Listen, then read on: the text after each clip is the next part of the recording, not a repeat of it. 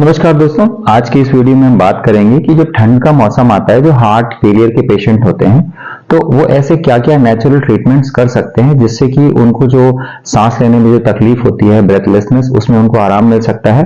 और ये ऐसे नेचुरोपैथी के ट्रीटमेंट हैं कि इसको विंटर्स की हम बात नहीं करेंगे, अगर आप इन जनरल भी डेली बेसिस पे कई महीनों तक लगातार इस्तेमाल करें तो ये आपके हार्ट की पंपिंग को भी बढ़ाने में मदद कर सकते हैं। नॉर्मली अगर हम बात करें जिनके हार्ट की पंपिंग कम हो जाती है, जिसको कंजेस्टिव हार्ट फेलियर या नॉर्मली हार्ट फेलियर कहते हैं, या जिनका एलवीएफ कम हो जाता है, हम उन पेशेंट्स की बात कर रहे हैं। तो नॉर्मली नॉर्मल आदमी की अगर हम एलवीएफ की बात करें, हार्ट पंपिंग की बात करें, तो 55 से लेकर 75% होती है।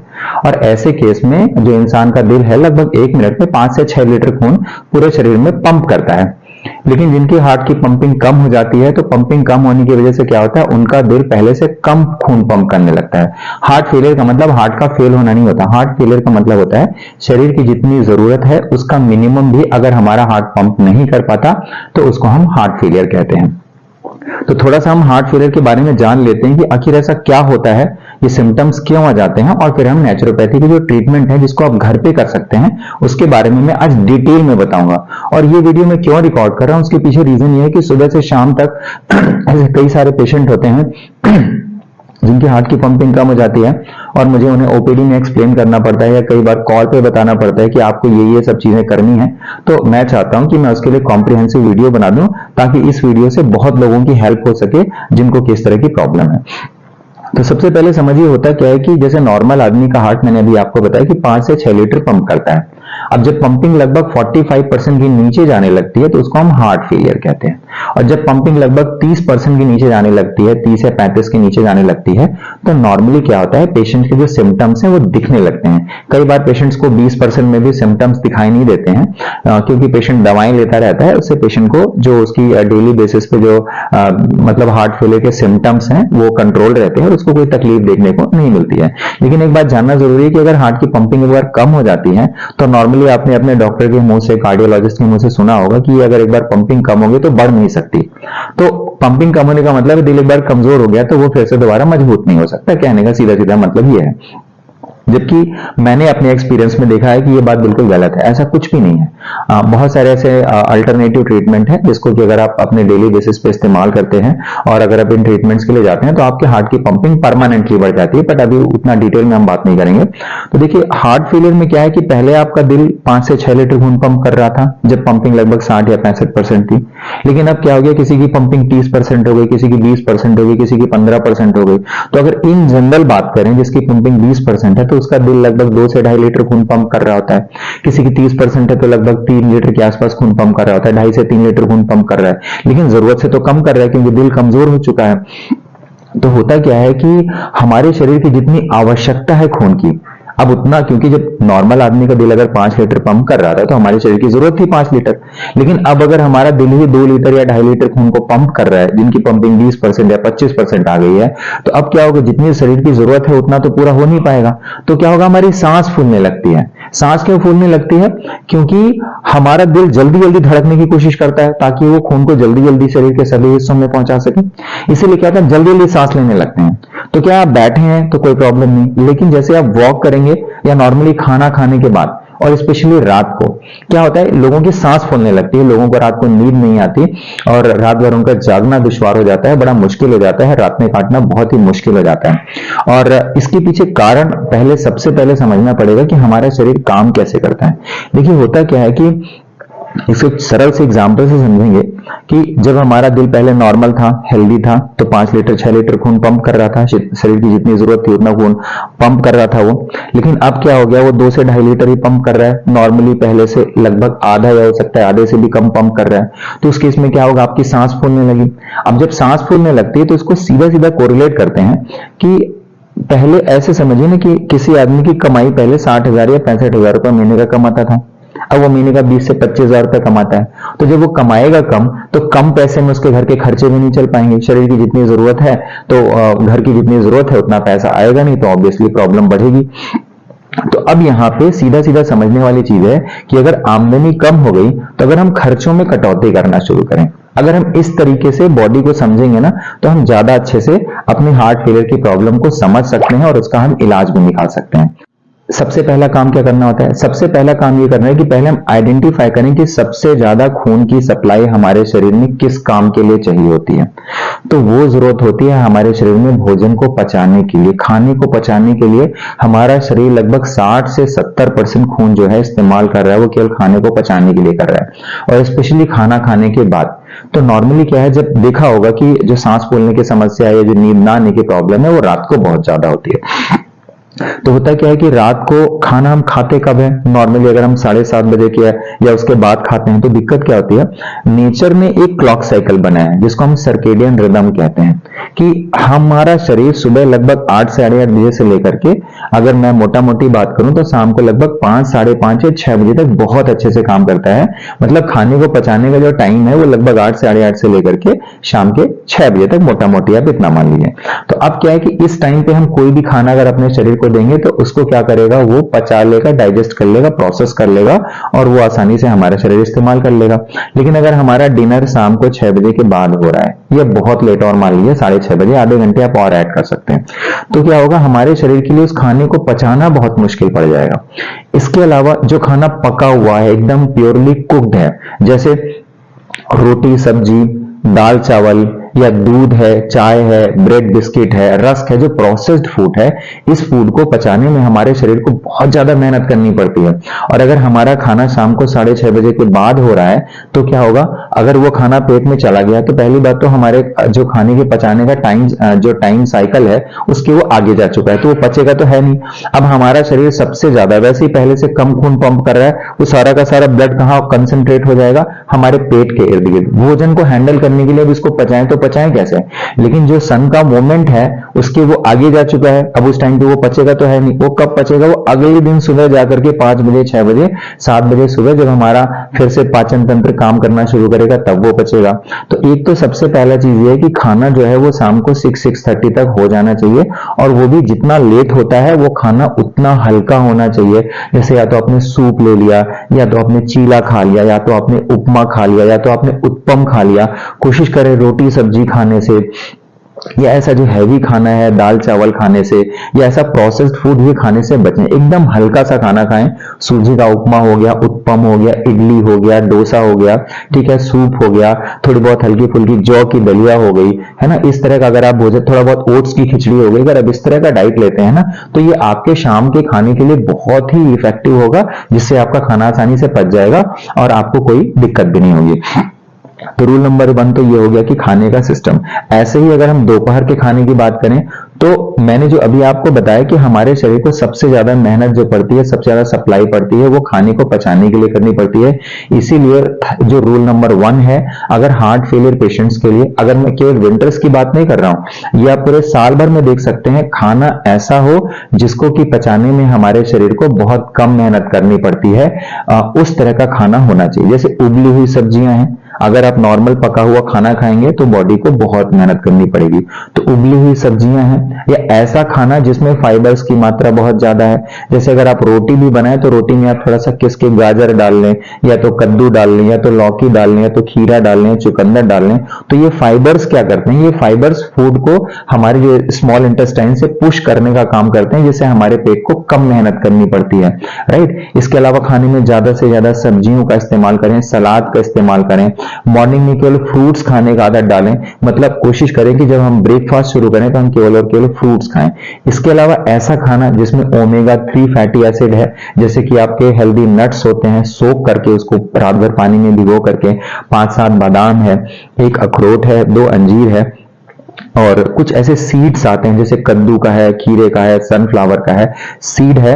और जो मैंने अभी आपको नट्स के बारे में बताया, जैसे कि बादाम है, 5 से 7 बादाम है, रात को भिगो लें। अंजीर है, 2 अंजीर है, रात को भिगो लें। और इसके अलावा मैंने बताया अखरोट, 1 अखरोट है। इन सब चीजों को भिगो करके सुबह आप जो बीज मैंने आपको बताए हैं कद्दू, खीरे और सूर्यमुखी के, इसके 5-5, 6-6 दाने, और ये जो नट्स है इसको रात को भिगो लें। सुबह जब आप फल खाते हैं उसके साथ इसको सोक करके खा लें। ये आपका हो गया ब्रेकफास्ट। और कोशिश करें कि सुबह का नाश्ता 8 साढ़े 8 से शुरू करें और इवनिंग का डिनर 6:30 तक खत्म करिए। और दोपहर का खाना भी, दोपहर का खाना आप नॉर्मल खा सकते हैं, लेकिन कोशिश करें सलाद, अंकुरित अनाज, ये सब चीजें आपके आहार में हर दिन शामिल हों। इसकी वजह से क्या होगा कि सबसे ज्यादा जो ब्लड हमारा कंज्यूम कौन कर रहा था? पेट कर रहा था। तो अब हमारा पेट क्या करेगा? ब्लड का जो कंजम्पशन है उसको क्या करेगा? पहले से उसकी जो जरूरत है वो आधे से भी कम हो जाएगी। हो सकता है वो जो कंजम्पशन है वो 90% कम हो जाए। इसकी वजह से क्या होगा? हमारे हार्ट को जो मेहनत करनी पड़ रही है खाने को पचाने के लिए, इतनी मेहनत नहीं करनी पड़ेगी। और क्या होगा? आप देखेंगे कि अगर आपने अपने डाइट में केवल ये चेंजेस कर लिए ना, तो 10 में से कम 7 से 8 पेशेंट ऐसे होंगे जिनको लगभग 80% फायदा केवल और केवल पहले दिन ही महसूस होगा कि मेरे को जो सांस लेने में तकलीफ हो रही है उसमें मुझे आराम दिखने लगा। तो ये तो रूल नंबर 1 हो गया। इसके अलावा अब मैं बात करूंगा कई सारे ऐसे नेचुरोपैथी के ट्रीटमेंट, जिन नेचुरोपैथी के ट्रीटमेंट को आप चमत्कार की तरह इस्तेमाल कर सकते हैं। कुछ पेशेंट्स ने तो मुझे ये बताया कि इन ट्रीटमेंट्स को यूज करने से उनको नई जिंदगी मिल गई। क्योंकि मैं उन पेशेंट्स की बात कर रहा हूं जिन पेशेंट्स का जो हम आजकल अल्टरनेटिव ट्रीटमेंट, जो एक नया ट्रीटमेंट आया है EECP ट्रीटमेंट, जिससे कि हार्ट की पंपिंग को बढ़ा सकते हैं। लेकिन कुछ पेशेंट ऐसे होते हैं जिनकी की वॉल्व में प्रॉब्लम आ जाती है, एरोटिक वॉल्व में लीकेज हो जाता है, या उसमें सिकुड़न आ जाती है, या इसके अलावा कई सारे और भी केसेस होते हैं जिन पेशेंट्स को EECP ट्रीटमेंट नहीं दिया जा सकता। उन पेशेंट्स को के पास कोई ऑप्शन नहीं होता। तो ऐसे पेशेंट को मैं ये नेचुरोपैथी के ट्रीटमेंट के बारे में एडवाइस करता हूं। देखिए, ये सब कुछ मेरे अनुभव के आधार पे है। ये सब चीजें मैंने एक्सपीरियंस की हैं पिछले 12-13 सालों में, और मैं आपको शेयर कर रहा हूं। आप अगर खुद इस्तेमाल करेंगे तो आप विटनेस बनेंगे, एग्जाम्पल बनेंगे, और आप दूसरों को बता सकते हैं कि वाकई ये ट्रीटमेंट कितने इफेक्टिवली काम करते हैं। तो सबसे पहले हम बताते हैं, सबसे पहला ट्रीटमेंट है उसको हम कहते हैं HCC, hot and cold compress. तो देखिए, हॉट एंड कोल्ड कंप्रेस क्या होता है?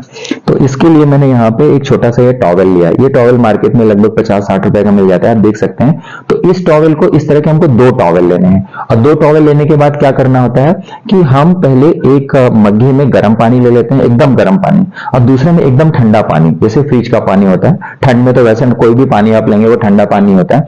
अब इसके बाद क्या करना है कि सबसे पहले एक तौलिया को हमको गर्म पानी में डालना है। गर्म पानी में हमने डाल दिया, और इसके बाद इसको निचोड़ने के बाद पेट के ऊपर, क्योंकि सबसे ज्यादा ब्लड सप्लाई कौन यूज करता है? पेट यूज करता है।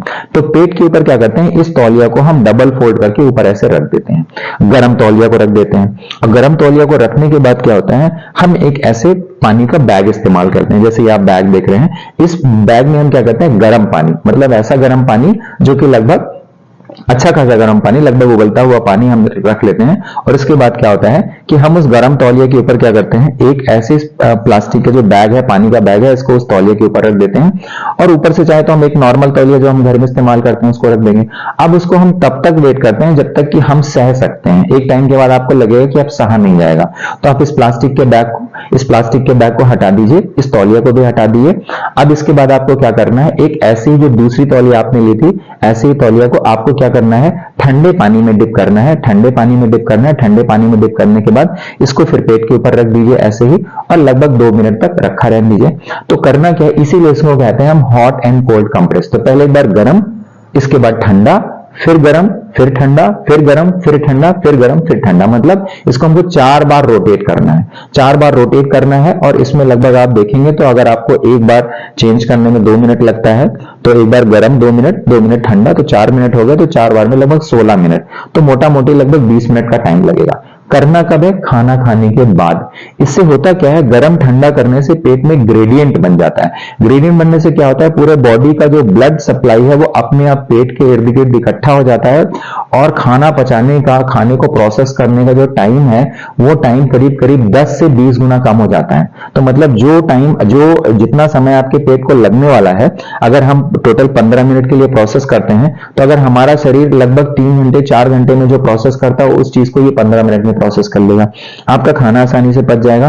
और आप देखेंगे इस ट्रीटमेंट को पर्सनली मेरे पेशेंट्स ने जो मैजिक की तरह बताया, this treatment is not a treatment, this is a magic for the heart failure patient. अगर आप इसको ट्राई करेंगे ना, तो आपको खुद पता लगेगा कि पहले दिन से ही आपको कितना चमत्कार देखने को मिल रहा है। राइट। तो ये पहला ट्रीटमेंट होगा।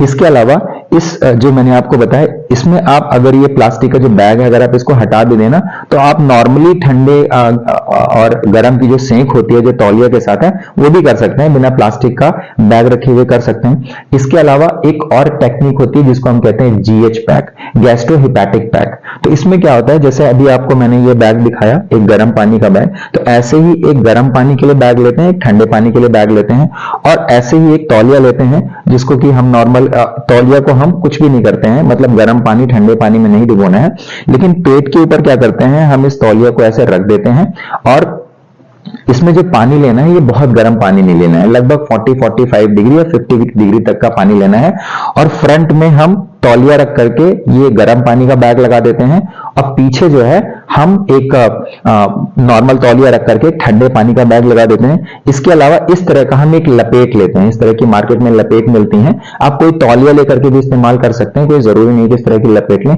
इसको क्या होगा कि आप पेट के चारों तरफ लपेट से, अब ये पूरा जो कॉम्बिनेशन है, एक तौलिया के ऊपर गर्म पानी का बैग, पीछे एक नॉर्मल तौलिया और उसके ऊपर ठंडे पानी का बैग लग करके उसको हम क्या करेंगे, कपड़े से लपेट करके मदा रहने देंगे। बहुत टाइट नहीं करना है, जितना कि वो नीचे लूज होकर के गिर नहीं जाए। 45 मिनट्स तक इसको बंधा रहने दें। आप नॉर्मल बैठ जाएं या लेट जाएं, इससे क्या होगा, ये अपने आप में पूरा आपके आगे पीछे ग्रेडियंट क्रिएट कर देगा और इससे ब्लड फ्लो जो है बहुत ही अच्छा हो जाएगा, और ये हार्ट फेलियर पेशेंट्स के लिए एक चमत्कार की तरह काम करता है, इसका कोई तोड़ ही नहीं है। इसके बाद हम बात करेंगे दूसरा ट्रीटमेंट जिसको हम कहते हैं नॉर्मली पिंडली मसाज। पिंडली मसाज मतलब हमारे पैरों की जो काफ मसल्स होती हैं, तो काफ मसल्स को वैसे भी हम अपने शरीर का सेकेंड हार्ट कहते हैं। तो काफ मसल्स में क्या करना होता है, नॉर्मली आप थोड़ा सा सरसों का तेल ले सकते हैं, सरसों के तेल में आप थोड़ी सी लहसुन डाल दीजिए, इसको हल्का सा गर्म करके काफ मसल्स में एक एक पैर में करीब आपको 5 से लेकर 10 मिनट तक मसाज करनी है। दिन में 3 से 4 बार आप ये कर सकते हैं। दिन में कम से कम 1-2 बार तो करना ही करना है, पर आप इसको 3 से 4 बार भी कर सकते हैं। तो करना क्या है, हल्का सा हाथ में सरसों का तेल लगा करके पैरों में मसाज कर लेना है, राइट दाएं पैर में और बाएं पैर में, दोनों में आप इसको मसाज कर सकते हैं। तो ये मसाज करने का फायदा क्या होता है, मसाज करने का फायदा ये होता है कि हमारा ब्लड फ्लो हमारे हार्ट की तरफ जो है वो बहुत अच्छा हो जाता है ब्लड फ्लो, जिससे कि हमको पेशेंट्स के सिम्टम्स को कंट्रोल करने में बहुत मदद मिलती है। तो ये एक मसाज हो गया। इसके अलावा एक तीसरा ट्रीटमेंट है जिसको हम कहते हैं काफ की लपेट। जैसे ये आप देख रहे हैं ना, ये लपेट है, नॉर्मली इसमें ये ऐसा लंबा लंबा होता है, आप किसी तौलिया को भी फाड़ करके इस तरह का लपेट बना सकते हैं। और इसको क्या करना होता है कि नॉर्मली ठंडे पानी में नॉर्मल पानी में इसको डिप करके हम पैर में ऐसे इसको लपेट देते हैं, जो हमारी काफ मसल्स है ना, इसमें हमने इसको लपेट दिया, और लपेटने के बाद आप चाहें तो जैसे ये लपेट है, जैसे ये मेरे पास लपेट है, ऐसी लपेट और भी लेकर के आप उस पतली जो लपेट है, जो भी हमने ये सूती कपड़े की लपेट ली थी, इसके ऊपर आप इसको अलग से रैप कर दें, तो दोनों पैरों में रैप कर दें और इसको करीब 45 मिनट्स तक बंधा रहने दें। तो आप ये दोनों पैरों में बांध सकते हैं खाना खाने के बाद। तो ये बंधा रहने से क्या होता है, हमारे हार्ट की तरफ जो ब्लड सप्लाई आती है उसमें इसको हमारे हार्ट को एक्स्ट्रा ब्लड मिलने लगता है और हमारे हार्ट को काम करने में काफी आसानी होती है। हार्ट फेलियर पेशेंट्स के लिए बहुत ही पावरफुल ट्रीटमेंट है। तो एक तो मैंने आपको पेट का बताया, hot and cold compress GH pack के बारे में मैंने बताया आपको, मैंने आपको काफ की मसाज के बारे में बताया और काफ में लपेट के बारे में मैंने आपको बताया। इसके बाद पेट में भी एक नॉर्मल लपेट लपेटी जा सकती है। कैसे, जैसे मैंने अभी पैर के बारे में आपको बताया, वैसे ही आप एक ऐसी बड़ी सी लपेट ले सकते हैं, इसको नॉर्मल पानी में डिप करके पेट के चारों तरफ लपेट दीजिए, और इसमें कोई मेहनत नहीं करनी है, किसी दूसरे इंसान की जरूरत नहीं है, आप अपने से भी अगर आपको हार्ट फेलियर की प्रॉब्लम है पेट में लपेट दीजिए। और लपेटने के बाद नॉर्मल जैसी ऐसी लपेट है, और कुछ नहीं भी है तो कोई बात नहीं, आप नॉर्मल से ऊपर अपना टी-शर्ट या जो भी आप कपड़ा पहने हैं उसको पहने रह सकते हैं। उसको 45 मिनट तक बना रहने दीजिए। तो ये भी एक तरह का लपेट है जिसको कि इस्तेमाल किया जा सकता है हार्ट के लिए। एडिशनली मैं 2 ट्रीटमेंट के बारे में और बात करूंगा जिनके हार्ट की पंपिंग कम हो गई है, स्पेशली ऐसे पेशेंट जिनको कि कॉन्स्टिपेशन भी रहता है साथ में, मतलब जिनको कब्जियत रहती है। और अगर आपको कब्जियत नहीं भी रहती तो भी आप ये ट्रीटमेंट यूज कर सकते हैं, क्योंकि ये ट्रीटमेंट केवल आपको कब्ज से मुक्ति दिलाने के लिए नहीं है, बल्कि आपके हार्ट के ऊपर जो लोड है, क्योंकि पंपिंग ऑलरेडी कम है, तो इससे क्या होगा, हमारे हार्ट के ऊपर जो आफ्टर लोड है, जो दबाव है, वो कम हो जाता है। तो इस ट्रीटमेंट को, जिसमें पहला ट्रीटमेंट है वो है हमारा एनीमा। तो देखिए, एनीमा बहुत ही पुरानी टेक्निक है, केवल ये कब्जियत के लिए नहीं होती, बल्कि इसकी वजह से जिनकी पंपिंग कम हो गई है उसकी वजह से जो हमारी बड़ी आंत है जिसको हम कोलोन कहते हैं, तो हमको एनीमा कैसे करना है। नॉर्मली आप फ्लिपकार्ट या अमेजोन से एनीमा पॉट मंगा सकते हैं जो लगभग 125 या 150 रुपए का मिल जाता है। इसके अलावा एनीमा करने के लिए जो बेस्ट चीज है आपके लिए वो है त्रिफला का पाउडर।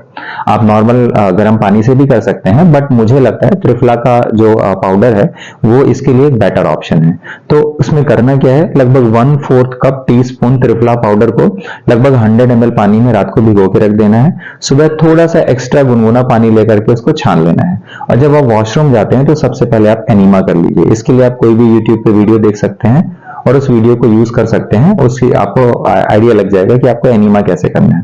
तो एनीमा करने के बाद तुरंत आपको फ्रेश होने नहीं जाना है। अगर आपको तुरंत प्रेशर आ जाता है तो आप रोक नहीं सकते, तो कोई बात ही नहीं, लेकिन धीरे धीरे 3 दिन 4 दिन 5 दिन में क्या होगा, आप उसको होल्ड करें 5 मिनट 10 मिनट 15 मिनट, अगर आधे घंटे कर सकते हैं तो बेस्ट है। इससे क्या होगा कि आपकी जो बड़ी आंत है ना उसकी जो गंदगी है वो धीरे धीरे बाहर निकलेगी, और अगर जब बड़ी आंत की गंदगी निकल जाएगी तो जो आपकी कोलोन का जो मूवमेंट है वो क्या हो जाएगा, इजी हो जाएगा। क्योंकि कोलोन के मूवमेंट के लिए हमारे हार्ट को बहुत मेहनत करनी पड़ती है, और हमारी बड़ी आंत हमारे दिल की जो टोटल सप्लाई है उसका एक बहुत बड़ा हिस्सा इस्तेमाल करने लगती है खाने को पचाने के लिए। तो ये चीज है जो मैंने आपको ऐड करी, जो कि एनीमा है। और अगर आपको बहुत ही सीवियर कॉन्स्टिपेशन है तो आप त्रिफला के पाउडर का 1 गिलास पानी भी पी सकते हैं सुबह सुबह, और एनीमा तो करना ही करना है। इसके अलावा जो दूसरा ट्रीटमेंट है जो मुझे ऐड करना है वो है शरीर में मसाज करना। देखिए, कंजेस्टिव हार्ट फेलियर का प्रॉब्लम यह है कि हार्ट कमजोर होने की वजह से पूरे बॉडी में ब्लड का फ्लो अच्छे से हो नहीं पा रहा है।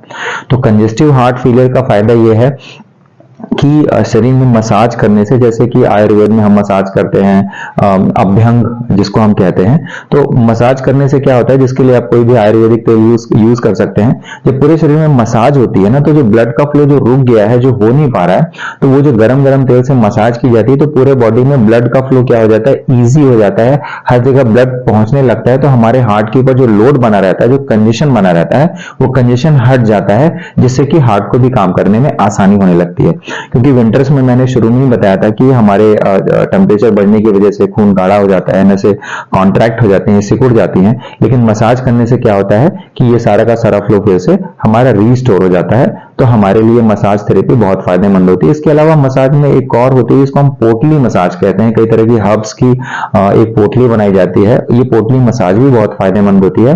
तो अगर किसी को सीवियर हार्ट फेलियर की प्रॉब्लम है, सिम्टम्स जितने ज्यादा हैं और आप ये सारे के सारे ट्रीटमेंट यूज करेंगे तो आपको गजब का फायदा देखने को मिलेगा। आप किसी मेडिसिन से ये एक्सपेक्ट ही नहीं कर सकते कि जितना फायदा ये सब चीज इस वीडियो में मैंने जितना कुछ बताया उसका आपको 20-25% भी फायदा मिलने वाला है। इसके अलावा स्टीम बाथ, अगर आप शरीर में मसाज कर रहे हैं तो मसाज करने के बाद स्टीम बाथ लेना बहुत जरूरी होता है, और हमेशा 1 गिलास पानी पी लें, इसके बाद स्टीम बाथ लें। और स्टीम बाथ लेने से क्या होता है, हमारे शरीर के जितने भी रोम छिद्र हैं और अरबों खरबों जितने भी हमारे शरीर में रोम छिद्र हैं, उससे क्या होता है, जो शरीर का सारा टॉक्सिन है वो बाहर निकलने लगता है। और जब ये टॉक्सिन्स बाहर निकलने लगता है तो बाहर निकलने की वजह से क्या होता है कि हमारे शरीर की गंदगी बाहर निकल जाती है और हमारे हार्ट को काम करना आसान हो जाता है। तो ये मैंने 2 ट्रीटमेंट के बारे में बताया। इसके अलावा एडिशनली और भी कई सारे ट्रीटमेंट हैं, जैसे कि एक बड़ा ही कॉमन ट्रीटमेंट है, उसको हम कहते हैं कांसा। तो कांसा एक मेटल होता है, इसमें आप अगर ऑनलाइन भी परचेस करना चाहें तो लगभग मुझे लगता है 3-3.5 हजार का ये एक डिवाइस आता है। मेरे पास नहीं है, नहीं तो मैं आपको जरूर दिखाता। तो कांसे को बॉडी में से टॉक्सिन्स को निकालने के लिए यूज किया जाता है। तो पैरों में थोड़ा सा नारियल का तेल लगा करके, कांसा एक उसमें मोटर लगी होती है, और ये कांसा जो ऊपर की मेटल होती है इसको नीचे जो तलवे होते हैं ना उस पर लेके इसकी घिसाई की जाती है। घिसाई करने से क्या होता है, क्योंकि ग्रेविटी की वजह से हमारे बॉडी का सबसे ज्यादा जो टॉक्सिन होता है वो हमारे नीचे जो हमारे तलवे हैं, एड़ियां हैं, जिसको हम कहते हैं कांसा, तो कांसा एक मेटल पे जाकर के इकट्ठा हो जाता है। तो कांसे की मसाज करने से हमें फायदा ये होता है कि वो सारा का सारा जो टॉक्सिन्स है वो बॉडी से बाहर निकलने लगता है। तो आप कांसे का इस्तेमाल कर सकते हैं, ये भी एक हार्ट फेलियर पेशेंट के लिए एक बहुत ही अच्छा ट्रीटमेंट ऑप्शन है। इसके अलावा आप किसी नेचुरोपैथी के डॉक्टर के पास जा सकते हैं। अगर आप जाएंगे तो ऑब्वियसली आपको इन्हीं ट्रीटमेंट्स में से लगभग ये समझिए 80-90% यही ट्रीटमेंट होंगे जो आपको एडवाइस किए जाएंगे, और ये ट्रीटमेंट करने के लिए आपको पर डे के हो सकता है 2 से 2,500 हजार रुपए देने पड़े। बट ये सारी चीजें आप घर पे खुद कर सकते हैं, और अगर आपको जरूरत हो तो आप अपने साथ में किसी को हेल्पर को ले सकते हैं, या घर में अगर आपके मेंबर्स हैं, आपकी वाइफ हैं या आपके हस्बैंड हैं, बच्चे हैं, बहू हैं, तो वो भी आपकी इसमें हेल्प कर सकते हैं। इसके लिए किसी रॉकेट साइंस की जरूरत नहीं होती। इसके बाद मैं अगले ट्रीटमेंट की बात करूंगा, उसको हम कहते हैं टेराहर्ट्ज गन।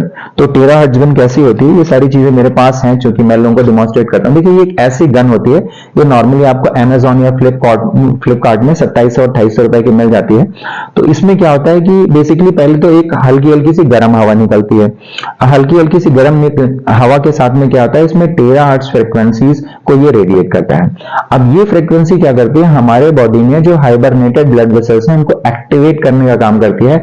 एग्जैक्टली वही चीज जो कि ईईसीपी थेरेपी हमारे हार्ट की जो आर्टरीज हैं, जो रिजर्व्ड आर्टरीज हैं, जिसको हम हाइबरनेटेड ब्लड वेसल्स भी कहते हैं, माइक्रो सर्कुलेशन कहते हैं, कोलेटरल सर्कुलेशन कहते हैं, उनको एक्टिवेट करने का काम करती है।